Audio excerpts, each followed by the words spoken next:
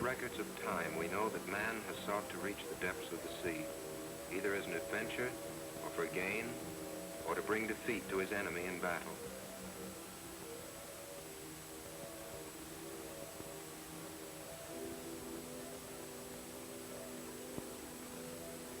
At the beginning, his only means of descent were his own powers of endurance, a deep breath, and a headlong dive. So equipped, he could go below but a short distance and stay but a short time. Some prodigious liars of history to the contrary.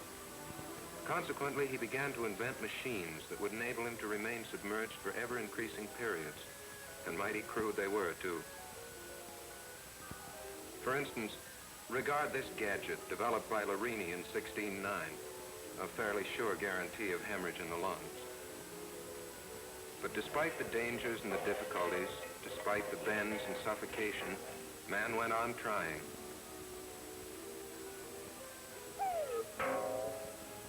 And trying, until Seaby, in 1819, devised the dress which is the basis of those we use today. Here was a workable invention that enabled man within limits to perform almost any underwater task.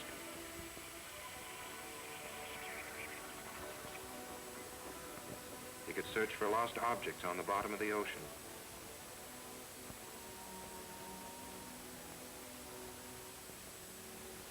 He could find wrecks long buried in the water, and from them could raise treasures.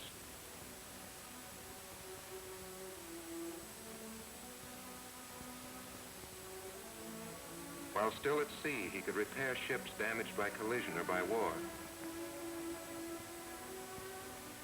He could save these ships, send them on their way to port, or back against the enemy.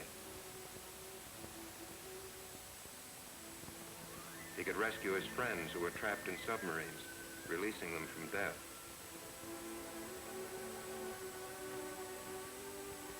He could work where men had never worked before, welding, cutting, salvaging. A great ship gutted by fire and lying useless on its side, a ship needed in war to carry the men of war to the fighting front. This he could save, working far within it, clearing the wreckage, repairing the damage, cutting away the obstructions so that it can go back to its job, go back to the seven oceans. But no matter how fine the dress, no matter how alert his helpers, the diver is still working in an element in which he does not belong, a strange element with its own laws, alien to the air-breathing animal. And nothing can guarantee him success more than his own perfect physical condition.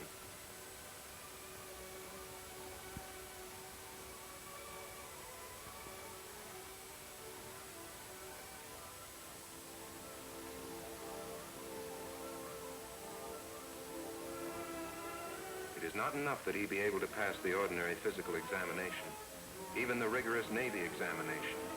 He must be a better man than that, a man of superb health, alive in every nerve and sinew. For water exerts pressure, and a man must be able to adjust himself to the altered physics that pressure brings about. A cubic foot of salt water weighs 64 pounds, or 445 thousandths pounds per square inch. An imaginary point submerged 1 foot underwater has 445 thousandths pounds per square inch pressing on it from all sides. For since water is a fluid, it exerts its pressure from all directions, not from just one, as the hammer that falls on your toe. So a diver 66 feet underwater is enduring a water pressure bearing on him from all sides of 29 4/10 pounds per square inch. This is not an exact figure, since the pressure at his head is less than that at his feet. His height governs the difference. This measurement of pressure we call gauge pressure. But there's another way of measuring this pressure. Air exerts pressure too, since the air forming the Earth's atmosphere possesses weight. On the surface of the Earth, there's a pressure of 14 7/10 pounds per square inch caused by this weight of the overlying strata of air. And this pressure, for obvious reasons, we call an atmosphere. The depth of salt water necessary to exert the same pressure, 14 7/10 pounds, is 33 feet. And so when we add the average weight of the air on the Earth's surface to the weight of water at 33 feet, we call the total weight at that depth, or the gauge pressure plus the pressure of the atmosphere, the absolute pressure, or 2 atmospheres absolute. Consequently, at 66 feet, the absolute pressure is 3 atmospheres absolute. At 99 feet, 4 atmospheres absolute, and so on down. It is helpful to remember that 1 atmosphere equals 14 7/10 pounds, or 33 feet of salt water, or 760 millimeters of mercury. Now, man was not designed with these pressures in mind. He has to be able to adjust himself to their added weight. And the quickest way to discover whether he is psychologically and physically healthy enough to endure them is to use the recompression chamber.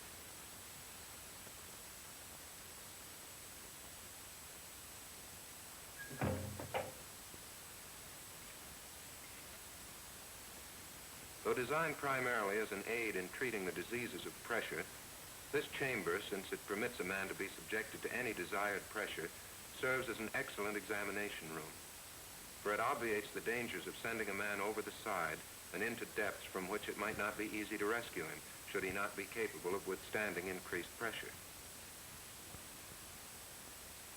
Each candidate, therefore, as part of his examination, must show that he can endure a pressure of 50 pounds gauge, equivalent to a depth of approximately 112 feet, without undue physical discomfort or mental disorganization. Only after he has passed successfully can he be considered as satisfactory for diving instruction.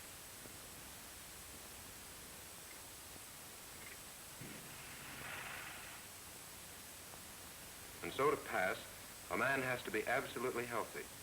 If he is, his body will withstand the increase of pressure.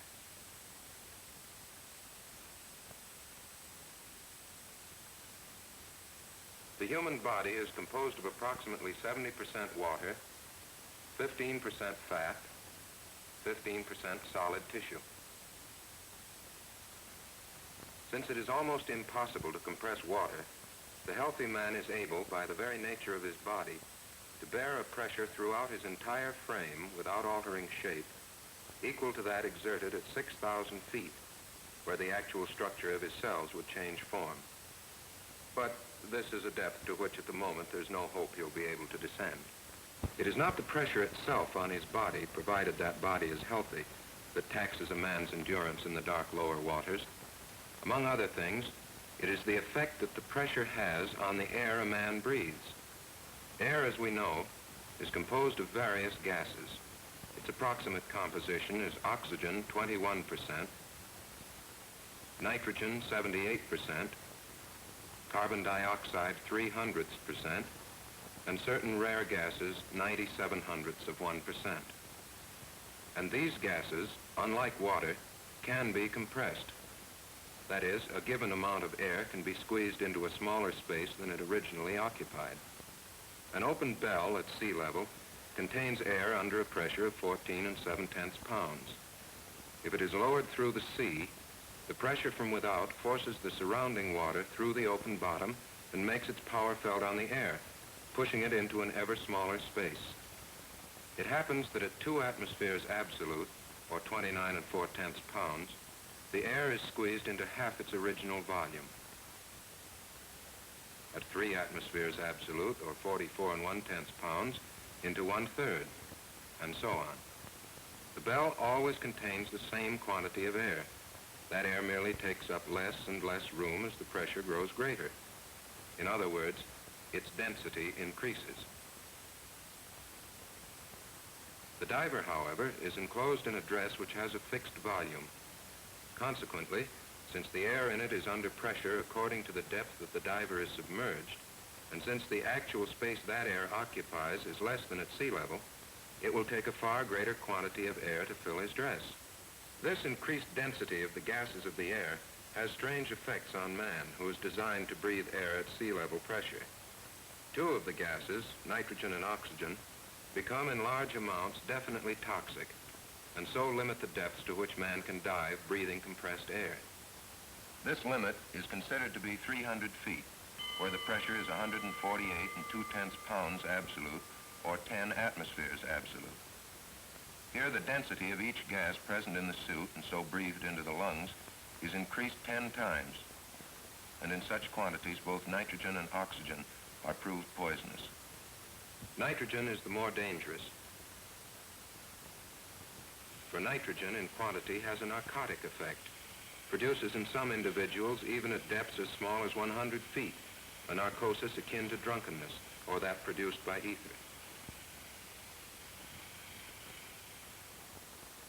At 300 feet, a diver's responses are so slowed and his judgment is so inaccurate because of the abnormal amount of nitrogen breathed that it would be extremely dangerous, if not fatal, for him to descend further.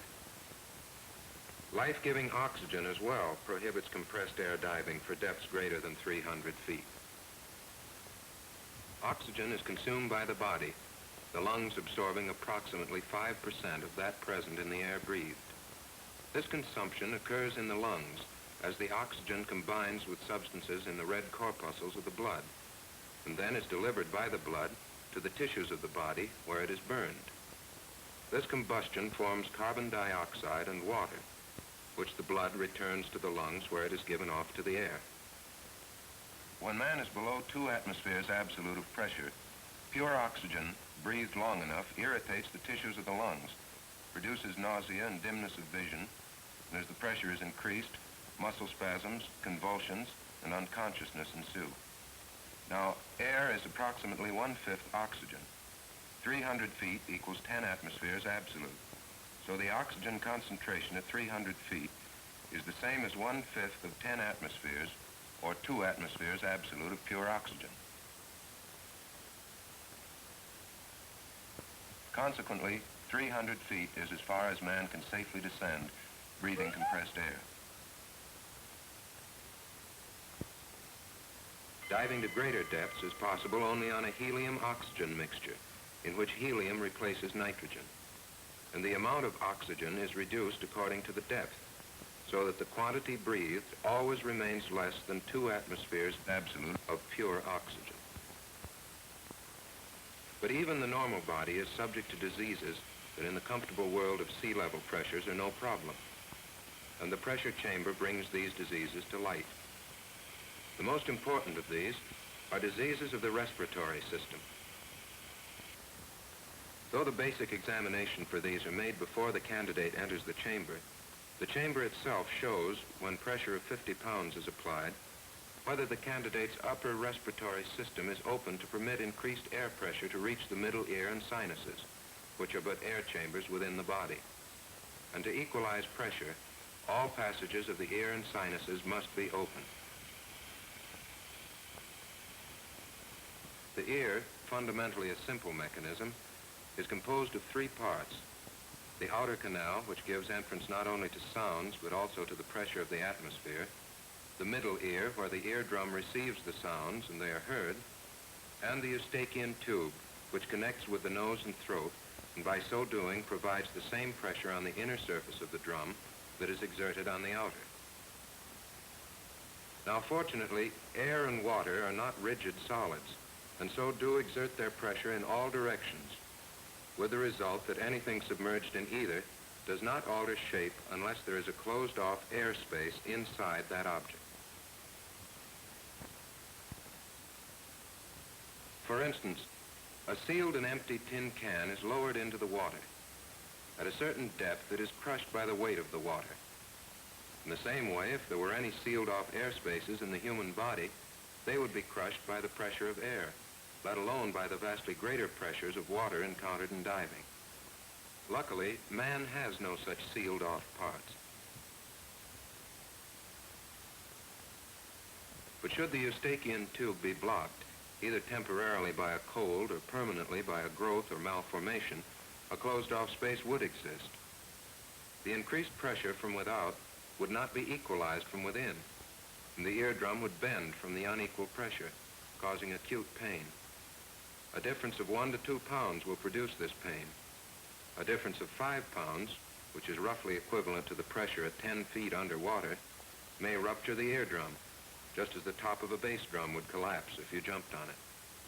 Since sinuses are air spaces in the head with openings into the nose, it is obvious that any stoppage in them will cause severe pain and possible injury. Nor are the Eustachian tubes and the sinuses the only points of danger. Any part of the respiratory system can be blocked by colds and the balance of pressure altered. And so, a diver cannot be over-susceptible to colds or sinus troubles, nor can he have any other maladies of the nose, throat, pharynx, or lungs, any of which may cause sealed-off places.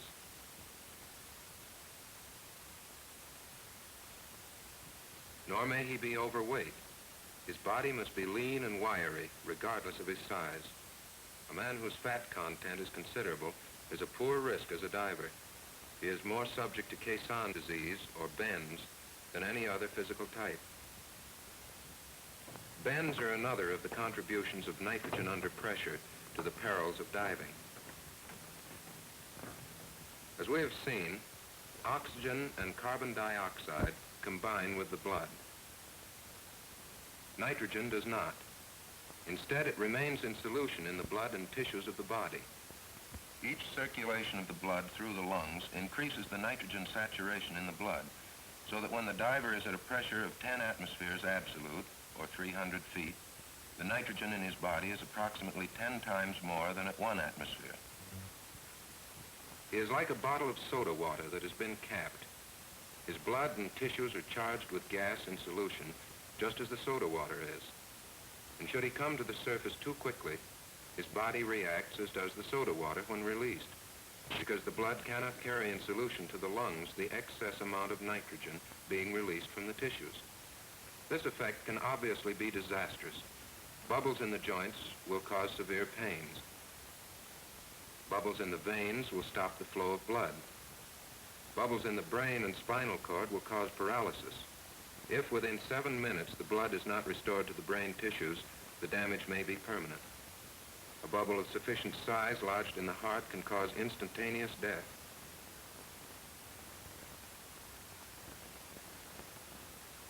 This condition of excess nitrogen in bubble form is called the bends.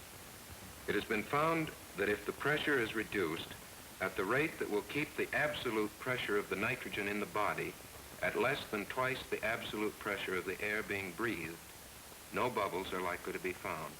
This fact is referred to as the 2-to-1 rule. This rule means that a diver can come up half his maximum absolute depth at any time without danger of bends. In actual practice, this distance is exceeded when the diver has not been on the bottom long enough to become completely saturated with nitrogen. For instance, let us suppose that our diver has been working at 150 feet for 30 minutes, counting the time he used to descend. He can then be brought to 75 feet by the 2-to-1 rule.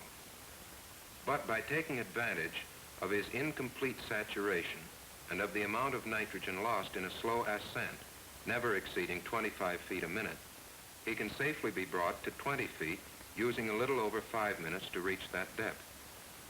He is then, following the stages set forth in the Navy standard decompression tables, held at 20 feet for 13 minutes, brought to 10 feet and held for 21 minutes, and then drawn to the surface. In the meanwhile, our fat man is still on the scales, and in addition he has his problem, which is that fat will absorb about 5 times more nitrogen than the other tissues of the body. and that since the circulation of blood through fat tissue is poor, desaturation is much slower.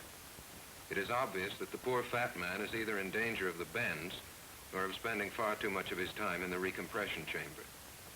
Fortunately, however, the amount of fat in a man's body can be determined by the specific gravity test.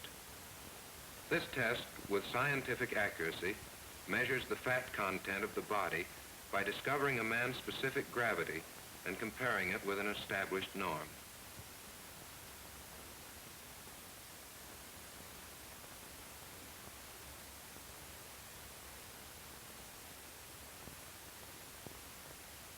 If a man's fat content is too great, we know that he is not meant to be a diver, through no fault of his own, unless perhaps it be overeating. There are as well tests for determining the speed of desaturation, particularly when the man is exercising, since we know that exercise increases that speed. Furthermore, we know that a young man, because he has better circulation, better lung ventilation, and less fat, desaturates more quickly than an old man.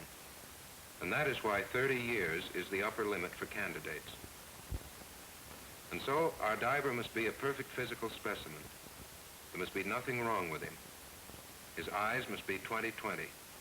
In the submerged world in which he will work, there is no adequate illumination, not even from the diving lamp, nor can a man wear glasses in a diving helmet. He must have no chronic gastrointestinal disturbance,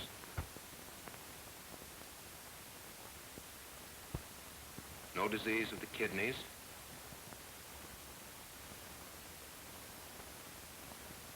he may have no active skin or venereal disease.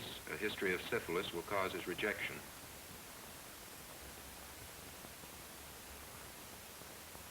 His circulation must be normal, and his heart a fine organ to work where it will be called upon to work.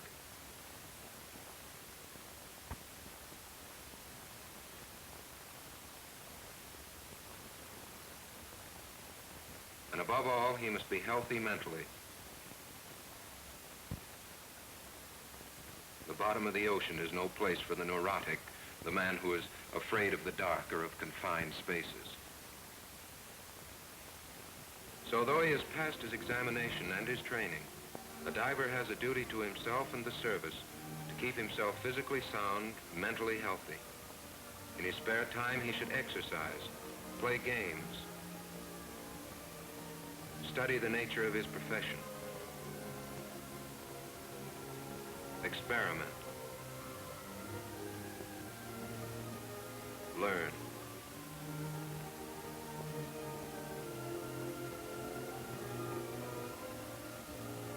Only by being the best of men can he do justice to his profession, to the long hours of painstaking and important work that he is called upon to do, under the waters, in the mystery of the ocean.